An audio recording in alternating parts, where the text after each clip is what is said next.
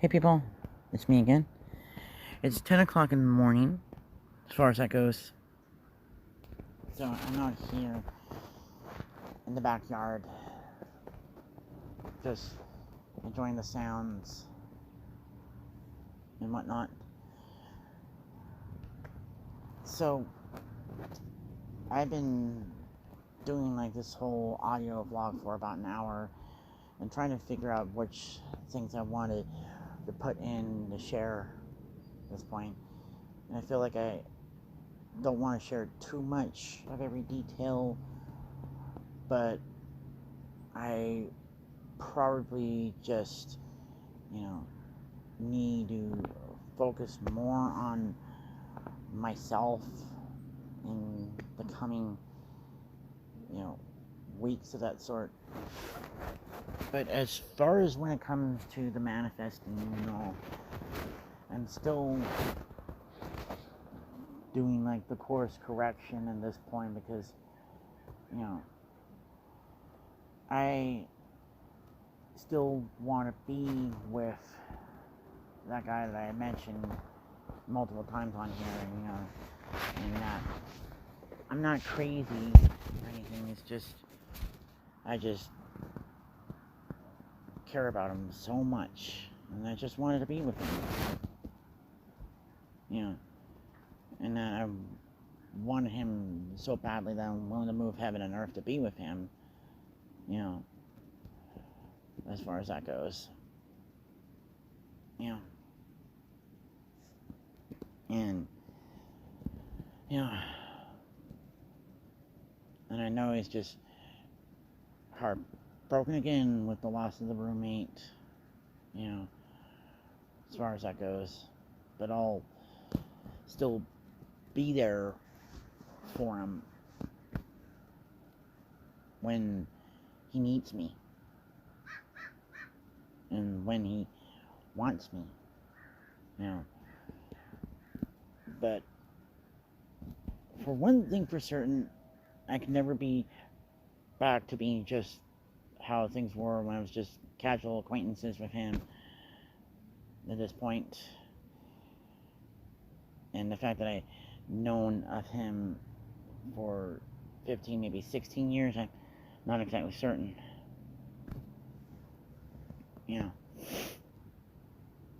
So that was just one of the things there that I had to mention here at this point.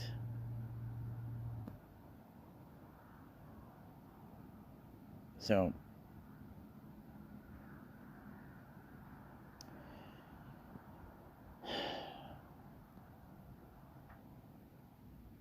I'm not sad,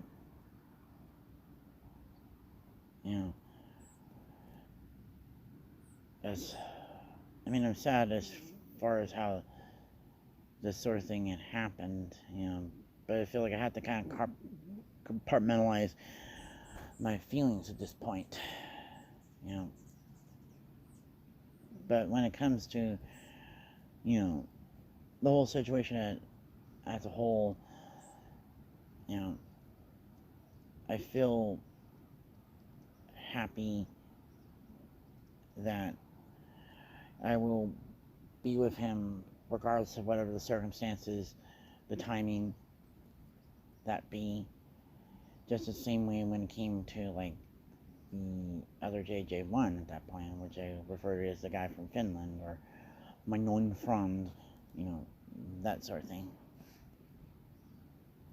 You know what I mean? It was just simply me kind of giving him his space to kind of figure out what he wants to do. When it comes to him being divorced for like 2.5 years and then having this other family problem be dumped upon him like that caused shift in the winds and that sort of thing. But considering all of that, I think, I shouldn't say think, it just sounds like I'm not really all that certain, but then I am certain that, but I don't want to sound arrogant or anything of that sort. You know what I mean? But the fact is now that I will get them eventually. It's just a matter of me wanting to maintain those relationships, and I think that is probably like the real reason of the therapy in the first place, is to help me maintain the relationships that I going to have at this point, because the fact that I feel this sort of strongly about both of them, and I do want them to be a part of my life for a long time, and the fact that when it comes to J2, and I'm willing to give up a lot of things, I'm willing to give up other guys if it means that if he wants me to be the only guy that I have at this point from here on out, like he's gonna be like, if he wants me to be the only guy that I touch, hold, and make love and that sort of sense, you know what I mean? Because at one point when I was doing the affirmations, and I was getting like these sort of mental images of him and me together, and there were like ones that were just more peachy, and there are ones that are just a little bit more adult, I suppose, and I was like wondering, why is that? And it was like the case that happened when I was manifesting the first guy at that point, where I had this sort of thing within him as well, where it's intimacy, but it's like the two types of intimacy. So there's like that whole, the sexual one, and then there's like this non-sexual kind of thing, as far as that goes. And then it feels like I desire that sort of thing from both of them, whereas both types of intimacy, whether if it's just sort of that the sexual intimacy or the non-sexual intimacy. It's kind of like the case with nudity. There's the use of it where it's sexual in nature, and there's one that's used in a non-sexual nature, or like showering at points, because there is like the whole,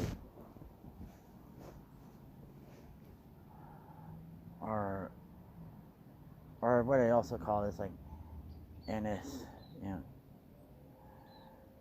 NSN, or something like non-sexual nudity, or whatever it is, when it came to like showering and all that, like co-showering. And the thing is, of course I did that sort of co-showering thing with my parents, and of course I did also shower with one of my cousins, as far as that goes. And so that's like another thing that I will not speak of at that point, unless if someone actually really wants the details, but that's just it. Because I showered And I think that was like, I forgot how old was I? I think it was 8, and he might have been 7 at that point. So that was like the thing there. You know what I mean? So, considering the other thing about it, I think it just depends on how I feel here on out, and I feel like I'm getting better at this point. And for me, you know, I'm not gonna really spend a whole lot of time on TikTok at this point. You know what I mean? Because I feel like I just get way too addicted to TikTok, and that was sort of the reason why I deleted my original TikTok account there. You know, I only had that for like 3 years, and I've just gotten completely bored with it. And mainly, I spend way too much time on TikTok in the last, you know, back in like July and August at that point, you know, just to get that guy J2's attention at that point. When I really could have gotten his attention by other means. I didn't necessarily have to do any of that sort of shit. I could have been a little bit more straightforward when it came to, like, you know, how I felt about him. You know, that, but in a way it's like, even neurotypical people do crazy shit, you know, when they're in love with someone or something like that, you know, and it would come off as being a bit stalkerish or off-putting at that point. I remember this, I forget what was it. It was one of those Korean drama things that they had, but it had the translation there, and where this guy was like became interested in the insurance broker because of that, and how she was upset over it and told him, like, well, you could have bought me roses if you were interested in me, you know. And it was like the only time that I was on that guy's live stream, you know, where I was actually speaking directly to him, and, you know, at that point on TikTok where I gave him a couple roses, and, you know, as far as that goes, but he kind of was being a little bit clueless, I suppose, that, or maybe was catching wind of it, but I needed to, you know, take a little bit of a break, give him his me time just as much as I need to have my me time just to reevaluate things, you know. But at this point, if I could do all of this sort of shit all over again, I would have told him that if he wants me, he has to come and catch me. That I'm done, like, chasing after him and all that, and now it's his turn to chase after me. And that this is what it is for me at this point now, that I'm done here at this point, you know, pining over him and moping over him at this point, but knowing that I can have him regardless of the timing, any of the circumstances, any third party or whatever it is at this point, and that he needs to focus on the healing and all of this, and then, you know, I'll still be here for him, and I always will be here for him, in a time of need, you know, at this point, if he wants to be with me, and because they had said more than once that I wanted to be with him someday, just not now, because now that the circumstances has changed, that I could change it so that he can have me now if he wants me that badly, that that is a that his desire for me becomes like an insatiable thirst, that he has to have me, and he's begging me. And the truth is, you know, if he comes around begging for me, I want to apologize for all that, you know. But the truth is, I love him. You know, in a platonic sense, yes, but in a romantic sense, I want to love him in that way,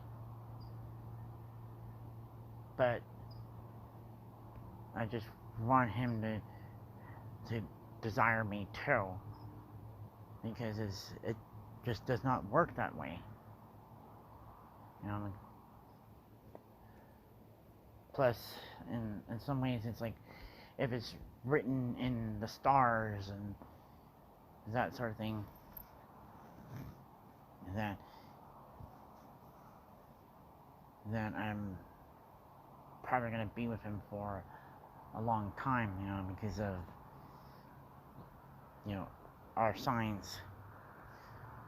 I'm a Gemini, he's an Aquarius, and Aquarius is, and the way he is also behaving, you know, where he talked about being kind of like that type of social advocate or whatever it is, you know, and the fact that he was being stubborn, being a little bit kooky and weird, you know, he's just being a typical Aquarius, you know, and I'm, you know, being the typical Gemini, where I'm kind of mirroring him in some ways, but also could be a little two-faced, a little flighty, just as much as he can also be a bit flighty, of that sort.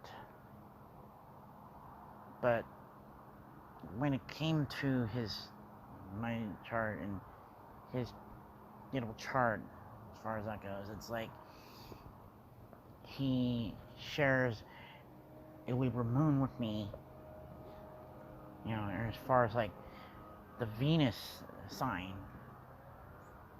and the Mars sign is like, works out great, you know, because it's like I have a Cancer Venus, he has a Capricorn Venus, and Cancer and Capricorn are like one of the best opposite sign pairings, as far as that goes.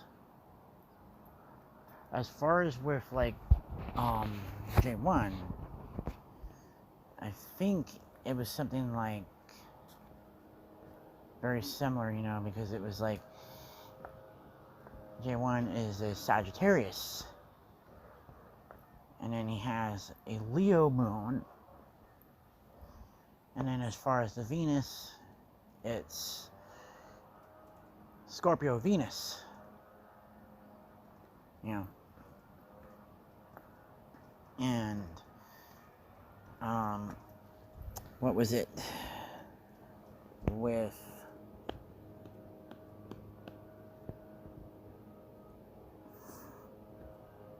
the Mars sign? It was something like, my Mars is Gemini, and then J1 is supposed to be like Capricorn, yeah, and then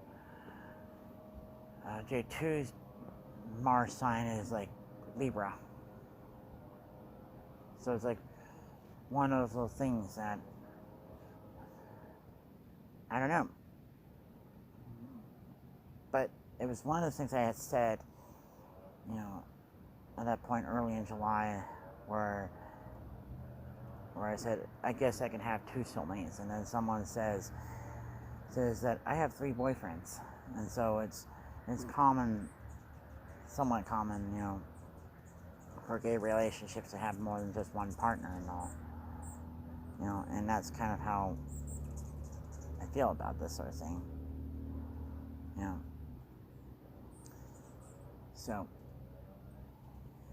considering all that, I am well on my way getting there.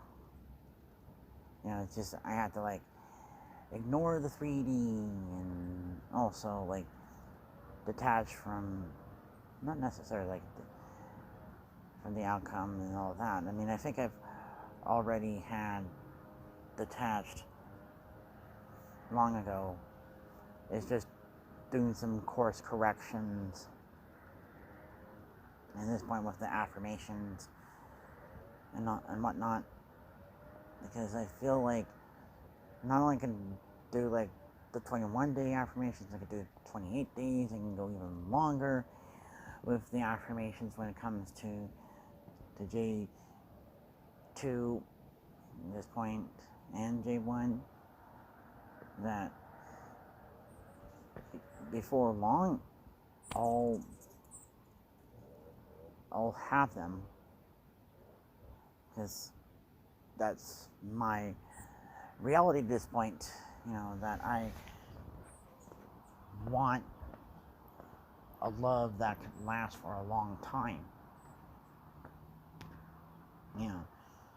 and the fact is, I'd rather have it with someone who has a sign that and all that works a lot better for me. Whether if it's another Gemini guy or a Leo guy or an Aries, a Sagittarius, or a Libra or an Aquarius. Those are the ones that work out the best as far as that goes for me. And as much as I had those guys that were Virgos were okay, but it's just, they're kind of a stick in mud. Anyway, too serious or whatever it is, too routine. I need variety. And as far as the other ones that I had was